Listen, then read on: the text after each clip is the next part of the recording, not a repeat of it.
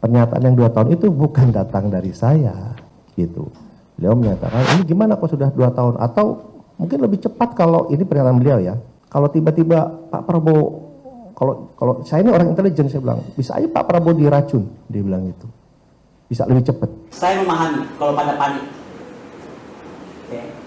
Tapi saya mendapatkan perkuatan informasi itu, jadi bukan cuma diomongin ke saya oleh Pak Ambasador Rosan, tapi juga pernah didengar oleh Bapak Hasto Kristianto dalam pertemuan pengusaha di Singapura. Jadi kalau habis ini mau tanya sama Pak Hasto, Sekjen PDIP silakan. Udah, hitungan itu tidak pantas.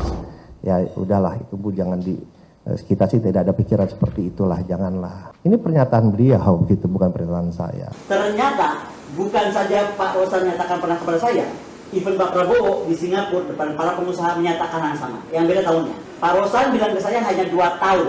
Kalau Pak Prabowo bilangnya di atas panggung hanya 3 tahun. Mau 2 tahun, mau 3 tahun, menurut saya ini yang tidak boleh terjadi. Intinya beliau ternyata ingin menjadi wakil menteri luar negeri, permintaan beliau, atau Wamenhan, tapi lebih pengen jadi wakil menteri luar negeri. Itu saya ditawari.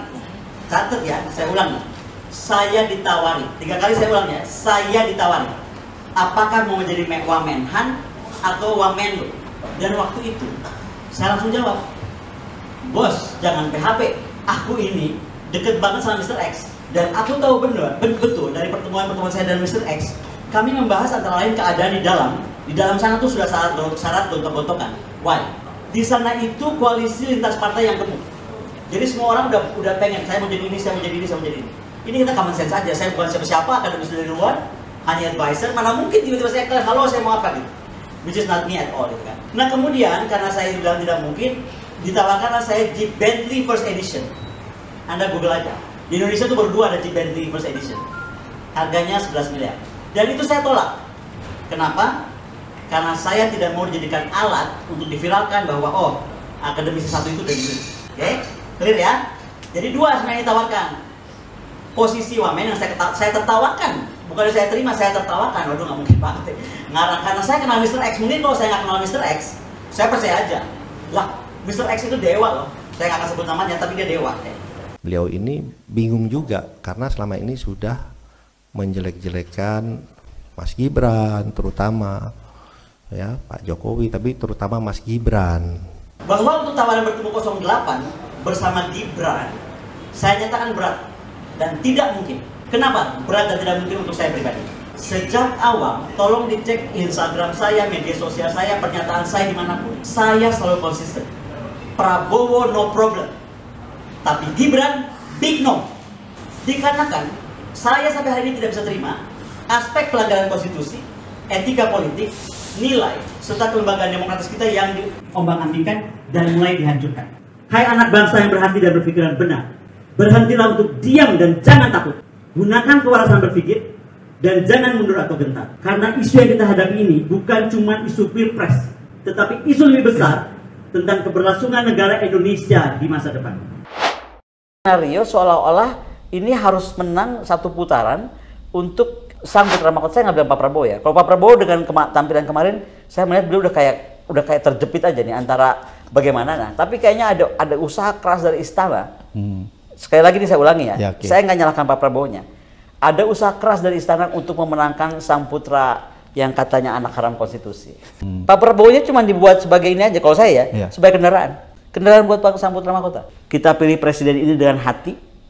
Dengan nalar, ya, dan untuk Pak Presiden berhentilah cawe-cawe karena kita lama-lama betul-betul muak.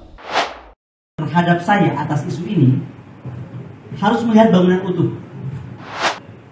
Jadi di sini ada saya, Koni Rahakudin Bakri. Di sini ada Mr. X. Di sini ada Mr. Y.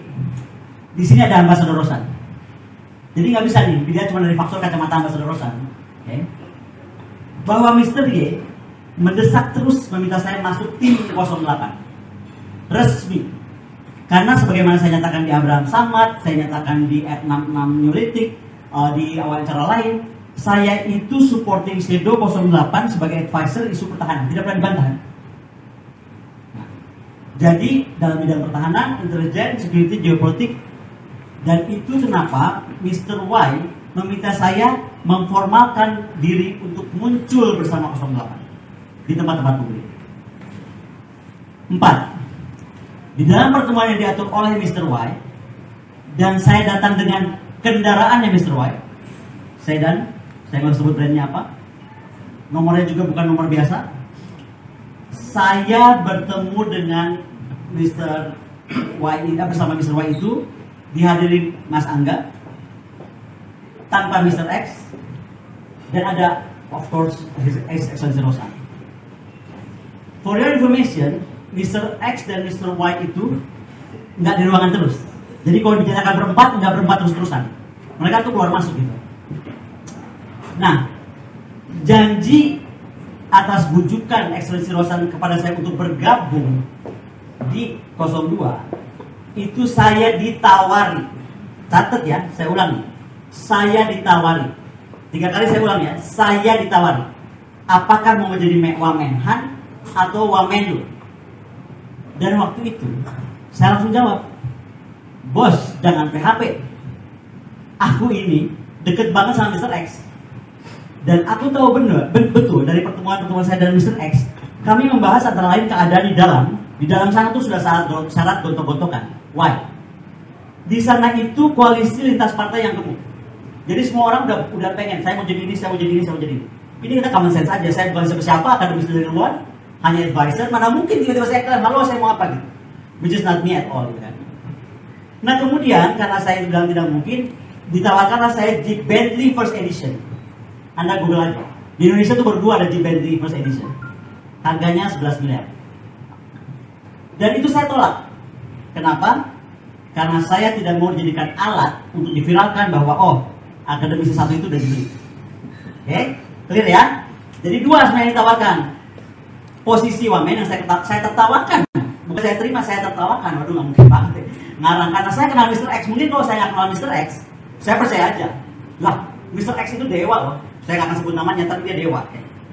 5. Bahwa untuk tawaran bertemu 08 bersama Gibran, saya nyatakan berat dan tidak mungkin. Kenapa? Berat dan tidak mungkin untuk saya pribadi. Sejak awal, tolong dicek Instagram saya, media sosial saya, pernyataan saya dimanapun. Saya selalu konsisten. Prabowo no problem. Tapi Gibran, big no. Dikarenakan saya sampai hari ini tidak bisa terima aspek pelanggaran konstitusi, etika politik, nilai, serta kelembagaan demokratis kita yang diombang-ambingkan dan mulai dihancurkan. Saya sampaikan, masih ada waktu dan carakah. Waktu saya sempat tanya, kalau tetap mau saya bantu beliau, gitu kan, masih ada waktu dan carakah untuk merubah calonnya. Ini kan masih awal Pak ngomongnya ya. Ditanya oleh beliau siapa? Saya bilang Sahroni, karena saya pernah makan malam bersama Sahroni, Mr. X, dan kami bertiga. Dan saya usulkan kepada Mr. X, kenapa nggak Sahroni aja? Nomor 2, Ridwan Kamil. Oh, Ridwan Kamil itu antara saya Mr. X berdua saja. Oke, jelas ya. Malah saya itu sudah pernah offering. Supaya apa? Supaya Pak Prabowo tidak terbebani. Gitu. Nah, keenam, pertemuan itu saya tutup dengan beberapa statement ya. 1, saya pamit keluar negeri. Waktu saya harus keluar negeri hingga tanggal 13 Desember. Dan saya kemudian diantarkan ke pintu depan, difoto oleh beliau. Saya berterima kasih atas pertemuan dan ketiga offeringnya. Tapi untuk saya pribadi, saya sudah bisa membantu 08 dalam roadmap pertahanan dengan catatan yang terpenting. Excellency Rosan bisa menjamin jika 08 menang, maka akan tetap setia, patuh pada roadmap tersebut, karena anggarannya besar sekali, kan? Karena ingin menjadikan kekuatan militer Indonesia seperti era Bung Karno, terkuat di bumi bagian selatan. Jadi saya yang bikin roadmapnya nih. Indonesia harus dibagi 4 Pilhan, begini, gini, apa yang mesti dibeli gitu loh kira-kira. Jadi kalau beli pun mahal, barangnya baru, itu jelas dipakainya kemana, di mana, bagaimana. Bagaimana yang enggak, bagaimana ya TNI yang ngurus. Apa dan di mananya. Nah, kemudian ini juga terkait dengan sebenarnya ada tindak lanjut dari pertemuan-pertemuan saya membawa Mr. Y. Ingat ya, ada Mr. Y tadi. Menghadap dubes Rusia, saya yang bawa. Menghadap dubes Cina, saya yang bawa. Menghadap Adhan Rusia, saya yang bawa. menghadap Argentina, saya yang bawa, termasuk kepada para kepala staf. Kenapa? Karena saya ingin meyakinkan roadmap ke besok kalau Pak Prabowo jadi presiden itu sesuai keinginan pengguna. Saya sekolah di Israel, itu ilmu yang saya paling dapat apa? Kalau Anda bikin pasukan perang, tanya pengguna perlu apa, bukan dari atas maunya apa. Itu kenapa saya berjanji mengantarkan ke beberapa kepala staf. Tapi baru terjadi kepala staf angkatan laut. Kepala staf angkatan darat belum sempat. Juga angkatan darat. Nah, kemudian saya sampaikan, oke, kita bertemu lagi tanggal 15 Desember. Kan saya pulang 13 nih, 14 istirahat, 15 Desember. Nah, beliau jawab, aduh, Bu Goni bisa cepat pulang nggak? Gitu kan? Karena menurut beliau ini kan jadwal debat makin dekat. Cepat pulang aja, cukup nggak seminggu? Gitu. Karena kan saya pergi sekitar 2 minggu lebih ya. Saya bilang nggak mungkin. Karena saya ada jadwal yang sudah fix. Nah, sejak kedatangan 13 Desember itu, hampir 1 bulan saya tidak dihubungi dan juga tidak menghubungi Mr. White. Tapi tiba-tiba Mr. White itu menghubungi saya minta bertemu terkait tugasnya dari, saya nggak tahu apakah dari Ambasador Rosan atau dari siapa, tapi dia bilang saya ditugasi mengatur ibu bertemu dengan Pak Wali. Siapa itu Pak Wali? Pak Wali itu di Gibran, ya. Jadi, oh kalau begitu gini, tolong sampaikan pada siapapun yang menyuruh kamu, saya bisa bertemu Pak Wali jika Pak Wali mau menempatkan diri, dia sebagai murid, saya sebagai guru. Karena akan saya briefing tentang bagaimana konstitusi ini tidak boleh diacak-acak. Nah, puncak pembicaraan itu kemudian saya tolak ketika saya diberi bocoran oleh Mr. White tentang bagaimana karakter Pak Wali. Dan itu membuat saya, aduh kok kayak gini, kayaknya mendingan aku masa ketemu deh. Oke. Kemudian setelah itu tiba-tiba satu hari weekend, Mr. White meminta saya mendadak jumpa. Minta brief singkat. Waktu itu sudah jelang debat capres tentang pertahanan. Jadi dia bilang, Bu Goni, gimana caranya Bapak tuh dibikin brief yang sangat singkat, tuh kita lembarannya tebal banget tuh, wah pusing baca. Bikinkan aja, gitu kan? Contekan lah kebetan, gitu. satu lembar, 2 lembar. Yang intinya bagaimana di debat capres pertahanan itu saya sampaikan gini. Intinya gini, tolong bilang Bapak harus tenang, harus fokus, harus konsisten pada Bung Karno defense and geopolitical view. Jadi kata kuncinya itu adalah contekannya cuma itu aja, Bung Karno, ya kan? Indonesia, ya kan, yang terbuat di bagian selatan, dan bagaimana geopolitical position kita. Buat saya, karena saya udah gambarkan nih, kayaknya akan di-attack di beliau nih. Jadi supaya tenang gitu. Contekan itu saya bisa share nanti, tadi saya lupa print, tapi ada contekan itu dibuat malam itu untuk beliau. Nah, beberapa jam sebelum debat Capres 3, ini sudah jam 2 ya, Mr. White terus-menerus menghubungi saya melalui panggilan telepon maupun chat. Karena menurutnya, Saudara Rosan atau Excellency Ambassador Rosan memaksa saya hadir malam itu, langsung duduk di dekat Bapak 08, dan dia pengen meyakinkan terus, itu ada buktinya. Saya bisa kasih buktinya, telepon itu berapa kali masuk. Tapi pembicaraan itu terputus. Bagi bicara nih, dia lagi maksa-maksa. Saya bilang, enggak, maksa terus kan. Apaan sih lu gitu kan gitu. Terputus. Saya bilang, gue mesti tutup nih. Dewa telepon. Siapa Dewa? Mr. X. Mr. X bilang, hey, kakak di tangan gue ini ada format nanti malam duduk sebelah bos 08. Dan gue nggak yakin bahwa lu akan datang. Jadi beliau tuh tahu karakter saya. Ini kok bisa yakin banget malam itu saya duduk di sebelahnya. Dan beliau bilang, aku mendingan konfirmasi lu langsung deh. Dan saya bilang, betul, saya tidak bisa hadir, tidak akan hadir, karena menjadi akademisi adalah pilihan hati saya.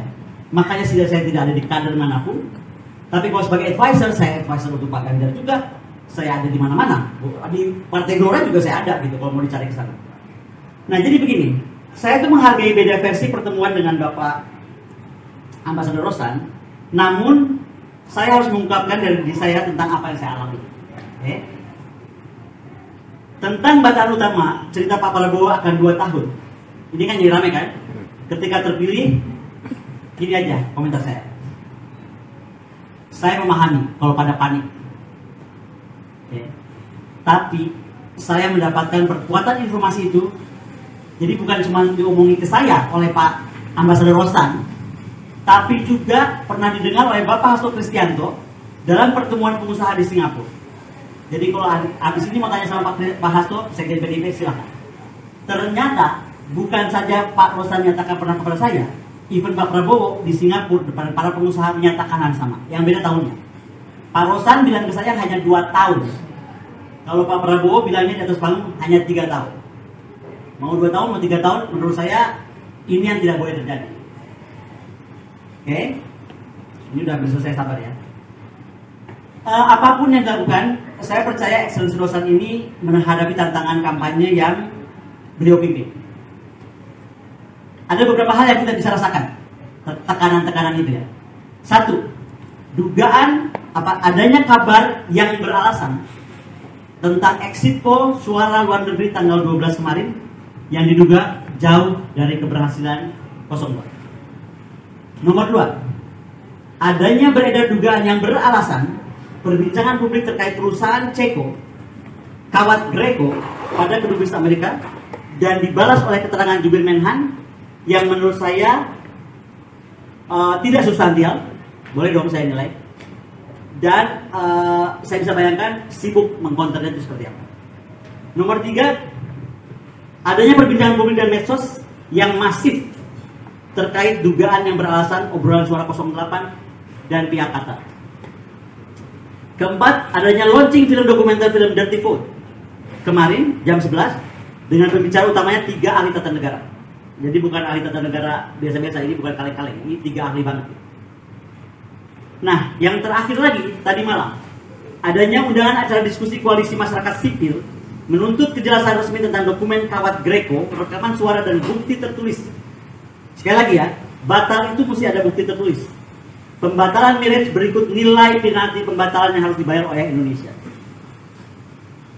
Sebagai penutup, saya ingin sampaikan, selama ini saya diam ketika ada yang menyerang saya, harkat saya, martabat saya, kehormatan pribadi saya. Seperti beredarnya file BAP saya sebagai saksi, catat ya, saksi, catat lagi nih, saksi di Mahkamah Militer pada 2013 yang beredar di sosial media X Group mulai tadi malam, yang intinya berisikan siapa Koni. Ada 2 serial tulisan yang isinya full hoax, karangan, fitnah terkait kehidupan pribadi saya, dan diplesetkannya pernyataan-pernyataan saya. Bagi saya, ini adalah konsekuensi logis dari apa yang akan terus saya suarakan dan perjuangkan untuk sebuah negara Indonesia yang lebih maju, yang demokratis, yang berkeadilan, yang menjunjung tinggi konstitusi. Rilis ini saya akan tutup dengan pernyataan, "You ask for war, and this is my war declaration." Hai anak bangsa yang berhati dan berpikiran benar, berhentilah untuk diam dan jangan takut. Gunakan kewarasan berpikir dan jangan mundur atau gentar. Karena isu yang kita hadapi ini bukan cuma isu pilpres, tetapi isu lebih besar tentang keberlangsungan negara Indonesia di masa depan. Pernyataan Koni Rahakundini Bakri yang menceritakan pembicaraannya dengan Ketua Tim Kampanye Nasional atau TKN, Prabowo Gibran, Rosan Roslani, viral di media sosial. Koni menyebut Rosan sempat membeberkan Capres nomor urut 2 Prabowo Subianto hanya akan menjalani jabatan presiden selama 2 tahun jika menang pada Pilpres 2024. Dalam video yang beredar, Koni mengatakan sempat bertemu dengan Rosan terkait rencananya bergabung dengan TKN. Koni pun mengaku kaget saat diminta Rosan bergabung dalam tim sukses Prabowo Gibran. Saya bilang apa dulu, saya mau tanya, emang Pak Prabowo ini bakal jadi presiden berapa lama? Ini menyampaikan Pak Rosan loh, duta besar kita, mantan di Amerika. Jadi rencananya 2 tahun, 3 tahun berikutnya diikuti oleh Gibran, kata Koni dalam video tersebut, dikutip pada Minggu 11 Februari 2024. Rosan buka suara terkait pernyataan Koni itu. Menurutnya, informasi yang disebut oleh Koni itu bukan berasal dari dirinya. Rosan menyayangkan pernyataan yang dilontarkan oleh Koni. Pernyataan yang 2 tahun itu bukan datang dari saya. Beliau mengatakan, ini gimana kalau sudah 2 tahun atau kalau tiba-tiba Pak Prabowo, saya ini orang intelijen. Bisa saja Pak Prabowo diracun, bisa lebih cepat. Itu gimana? Dia bilang begitu, ujar Rosan dalam konferensi pers di Media Center TKN Prabowo Gibran, Jakarta Selatan. Saya bilang, Bu, sudahlah, itu tidak pantas. Ya sudahlah, kita sih nggak ada pikiran seperti itu. Janganlah, lanjutnya. Rosan mengaku kaget dengan sikap Koni. Seharusnya dia melanjutkan, pernyataan itu tidak keluar dari seorang akademisi seperti Koni. Saya sangat terkejut dan juga sedih. Karena itu datang dari Ibu Koni yang seorang akademisi dan intelektual, yang mestinya tidak menyebarkan berita-berita yang tidak benar, berita-berita kebohongan seperti itu, imbuhnya. Rosan mengaku tidak mengenal Koni secara langsung. Dia menuturkan baru bertemu Koni ketika mengajaknya bergabung ke TKN. Pertemuan itu sebutnya terjadi sekitar November 2023. Saya dikontak oleh Ketua Tim Media Pak Prabowo bahwa Ibu Koni ingin bertemu dengan saya. Saya tanya untuk apa? Untuk 2 hal. 1, ingin bergabung dengan tim Pak Prabowo dan Mas Gibran. Dan juga ada aspirasi pribadi beliau, kata dia. Saya bilang, ya kalau ada orang yang mau bergabung, tentunya saya terbuka. Beliau didampingi oleh ada 1 orang lagi. Saya lupa. Kemudian oleh Ketua Tim Media Mas Angga datang ke kantor saya. Bulan November akhir datang ke kantor, imbuhnya. Koni memberikan penjelasan terkait beredar video pernyataannya tersebut. Dia menegaskan apa yang disampaikan dalam video tersebut berdasarkan hasil diskusinya dengan Rosan. Saya sampaikan sesuai apa yang saya sampaikan dari diskusi saya saat bertemu H.E. Rosan, kata Koni ketika dikonfirmasi. Bagaimana saya yang tahu hanya akan 2 tahun, atau 1 tahun, atau 3 tahun, atau full 5 tahun, saya kan hanya diundang datang ke tempat beliau, dan kemudian diterangkan ini dan itu, tentang posisi ke depan paslon 02, tambahnya. Koni juga menutup kemungkinan dirinya masuk ke TKN. Dia mengatakan hanya sempat menjadi dewan pakar ketika berkiprah di Pantai Nasdem. Wah, nggak mungkin ingin masuk TKN. Karena saya dari sejak dulu memilih jadi akademisi murni, ungkapnya. Lebih lanjut, pengamat militer dan intelijen Koni Rahakundini Bakri mengaku tahu karakter Gibran Raka Buming Raka yang membuatnya menolak untuk berjumpa. Hal tersebut diungkapkan Koni dalam pernyataannya yang diunggah di akun Instagram pribadinya. Koni mengaku bahwa dirinya sempat mendapatkan tawaran untuk bertemu 08 bersama Gibran. Akan tetapi, dirinya menolak lantaran sejak awal dia tidak mendukung Gibran sebagai cawapres karena aspek pelanggaran konstitusi dan etika. Berikut bunyi pernyataannya tentang hal itu yang terangkum dalam poin nomor 5. Bahwa untuk tawaran bertemu 08 bersama Gibran saya nyatakan berat dan tidak mungkin karena sejak awal standing point saya konsisten. Prabowo no problem, Gibran big no.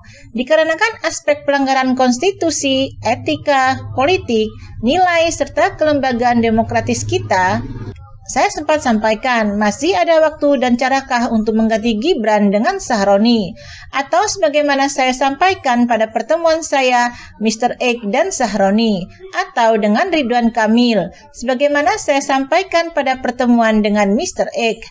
Kemudian pada poin 6, Koni pamit ke luar negeri. Dalam poin tersebut, Ketua Tim Kampanye Nasional atau TKN Prabowo Gibran, Rosan Roslani mengatakan bahwa jika menang, maka 08 akan tetap setia dan patuh pada roadmap tersebut, yaitu menjadikan kekuatan militer Indonesia seperti era Presiden Soekarno, terkuat di bumi bagian selatan. 6. Pertemuan ditutup dengan saya pamit ke LN hingga tanggal 13 Desember 2023. Saya berterima kasih atas pertemuan dan ketiga offeringnya, tetapi untuk saya pribadi, saya sudah senang bisa membantu 08 dalam roadmap pertahanan dengan catatan yang terpenting. HE Ruslan bisa menjamin jika menang, 08 akan tetap setia dan patuh pada roadmap tersebut, yaitu menjadikan kekuatan militer Indonesia seperti era Presiden Soekarno, terkuat di bumi bagian selatan. Namun yang menarik adalah pernyataan Koni yang tertuang dalam poin 7. Ia mengatakan bahwa sempat mendapat tawaran bertemu dengan Gibran dengan kode Pak Wali. Koni memberikan syarat bahwa Gibran harus datang sebagai murid yang datang bertanya pada gurunya. Namun, pertemuan tersebut batal lantaran Koni akhirnya mengetahui karakter Pak Wali yang membuatnya enggan untuk diajak berjumpa. 7. Sejak kedatangan saya ke tanah air tanggal 13 Desember sampai hampir 1 bulan saya tidak menghubungi Mr. Y hingga tiba-tiba Mr. Y meminta bertemu terkait tugasnya untuk mengatur pertemuan saya dengan Pak Wali. Saya sampaikan dengan syarat Pak Wali mau menjadi murid yang datang bertanya pada gurunya. Puncak pembicaraan saya menolak ketika disampaikan karakter Pak Wali yang membuat saya enggan untuk berjumpa.